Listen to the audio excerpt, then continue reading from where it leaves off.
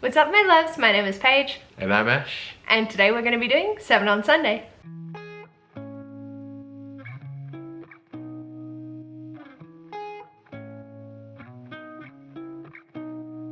Seven on Sunday is a Goodreads group created by Grace from G Swizzle, and I'll leave a link to both the Goodreads group and Grace's channel in the description box below. So this week's topic is one that I really struggle with. I do not have 7 books to fill this out with. So I've recruited Ash to give me a hand because our topic is manga graphic novel recommendations. And so yeah, I have 3 of my own, 1 we have conjoined, and then you have 3 of yours as well, I think. Yeah. Cool. So yeah, let's dive in. So our first recommendation, which we both read and really loved, is Death Note. Really enjoyable. The whole mystery detective side of things with Elle and Ryuk and Light. It is really good. It was done so well. I have the omnibus, so all of them combined together, so it's like 2,500 pages. It's somewhere in here. I ain't going hunting for it, but I read it in like 4 days. Yeah. It's just so captivating and really interesting in seeing the different dynamics at play, and the premise is that Light has found this Death Note, and when you write in it the name of a person, the date and how they die, so Light decides to become like a semi-vigilante. Is that how you describe him? Yeah, he goes on this sort of like self-righteous murder rampage, but like only killing criminals or murderers. People that deserve it. Deserve it. And yeah, it's... And the police are like, well, like, he's doing a bad thing, but he's also helping reduce crime. So we need to find him and arrest him. But also... and all of them are dying of natural causes or like really elaborate deaths, so it makes it hard to trace him. Yeah. So like the whole Elle trying to find Light is a really interesting dynamic in itself. Yeah, really enjoyed it. Yeah, so I would recommend to anyone who enjoys, well, if you enjoy Death Note, another one you'd probably enjoy is Tokyo Ghoul. Tokyo Ghoul itself it's very dark and a little bit gory at times. It's based in Japan, and Kaneki is, well, they're close to vampires. They're very cannibalistic species, ghouls. And Kaneki is like partially eaten by one. When the ghoul who is eating him ends up getting crushed in an accident, and he gets crushed with her, because they have the same blood type, they donate her organs into him, and he starts slowly transforming into a ghoul. And it's the whole dynamic of he's not sure he's in control because she starts to take over whenever his hunger takes over. And it's how he assimilates into society and how the ghouls assimilate into society, trying to be... because he finds a population of ghouls that don't want to just feast on humans, but want to live, like, coexist with them.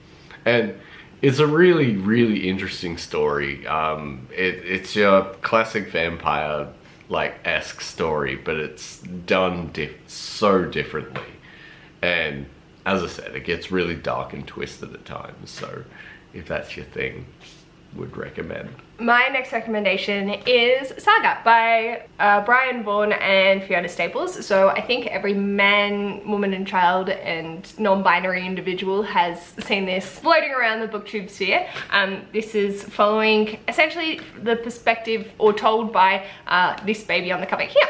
And these are her parents, who are from different species. It's a very Romeo and Juliet inspired sci-fi set in space sort of fantasy thing. So essentially, because these two have had a baby, they're not meant to, the races are not meant to mix, and they've started like an intergalactic war.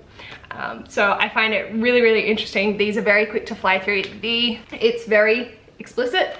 There's a lot of sex, there's a lot of nudity, there's a lot of gore. If you're an arachnophobe, sorry. I was uncomfortable with that one for a while. So many eyes. So like, yeah. I think everyone that's picked it up has really enjoyed it. I haven't had a bad review of it, but I also feel that it's a very particular take. Like, it's a very particular art style, it's a very particular narrative. But I really enjoyed it. The artists are still on a hiatus. They went on hiatus at the end or middle of 2019, I believe, and volume 10 or volume 9 leaves off on the biggest fucking cliffhanger, so brace yourself for that. But yeah, definitely would recommend. So for my another one of my recommendations would be Helsing. So it is based in England in modern day society, where the Helsing organization are going around and taking out all different supernatural phenomenon and like vampires, werewolves, that sort of thing showing up around. They're headed by Lady Helsing, and the main protagonist is actually, his name is Alucard, which anyone who's played Castlevania or anything like that with a generic vampire named Alucard, it's just Dracula backwards. It's such an unimaginative name.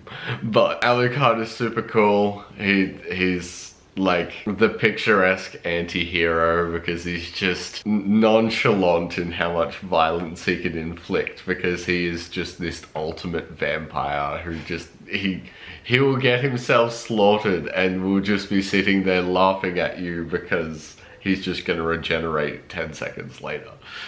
And they're a little bit gory as well, but they also don't take themselves too seriously at times. They do the very much Japanese caricature moments, usually during the chapter breaks. Like, it goes from these intense, really dark gothic moments to just suddenly really over the top kawaii, and it's hilarious.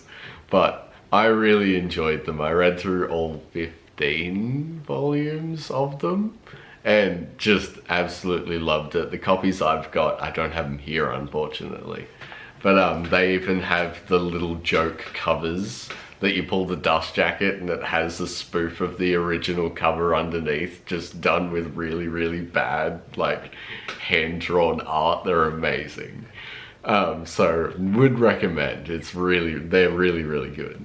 My next recommendation is a graphic novel, and I just adore it, and it's The Tea Dragon Society by Katie O'Neill. Are we surprised? No.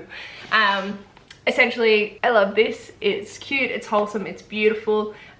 It's following two main protagonists and then two side characters as they work in a tea dragon garden. Like, so they get to grow their own little tea dragons and then look after them, and then can like prune them to help make different teas depending on what they are. My favorite character is this tiny little thing. I don't know what it is, but I love it. It's basically a little blob on fire. It looked like a little fire cat. Yeah. So one of our protagonists is working between wanting to be a blacksmith that works in the fire with this little creature thing, and also wanting to help grow and nurture tea dragons. And then our other protagonist is suffering from not really remembering who she is and struggling with memory loss and things like that. So they work together to help with that. And it's just, it's so precious and wholesome, and I love it so much. So one of my other recommendations is the legendary editions of the Legend of Zelda manga. These haven't been the most popular as far as I know. There was a lot of, there are many different versions of these, and they haven't done the Twilight Princess manga, which has like 20 volumes or something like that. They haven't moved it over into the legendary edition. But a lot of people are up in arms about it for strange reasons, like mainly because Link never says anything in any of the games, but he actually has a full character in all of these comics, which I think is a little bit funny to get angry over. It's just like, oh, he finally has a voice and it's not going here for everything. But The art style's done so well. The stories are done exactly like the games or what the games were trying to portray. I read the Four Swords recently, and it splits his personality into four, so it's all four like of the different parts of his personality, and one's like super somber and depressed, and one's like hot-headed, and the other's like a supreme strategist, but he spends too much time overthinking, and they're constantly arguing with each other all the time about who's the superior link without realizing that they're all just the one link. And they're really, really good and really well done. They were hard for me to track down, but I would definitely recommend them, especially if you are a bit of a gaming or Legend of Zelda fan, because they're done really well. The last recommendation we have is Full Metal Alchemist. So I read the 3 bind-up editions. I really, really like these, and it gives me that little bit more reading time. And it's following Edward and Al, who have had dabbled in alchemy, and things have just gone down. So essentially now this is Al, and so they're trying to get his body back and just figure out life. It's a really, really beautiful. I love the dynamic between Edward and Al. Like, it's one of the best family dynamics I've seen in literature. Like, I just love how supportive they are. Sorry, I just opened to that. Look at him in his little apron. So yeah, I really, really like these. I think they've got some serious messages. They've got some great action scenes, but overall, it's just a feeling of joy and a lot of fun in these as well, which is something that I definitely love. Just having those feel-good moments. And I think after having quite a few gory ones, this can be a little bit gory, but not excessively. It's just like you see like someone sort of lose an arm and stuff, but it's not like, it's more like it gets absorbed rather than it chopped. So there's that.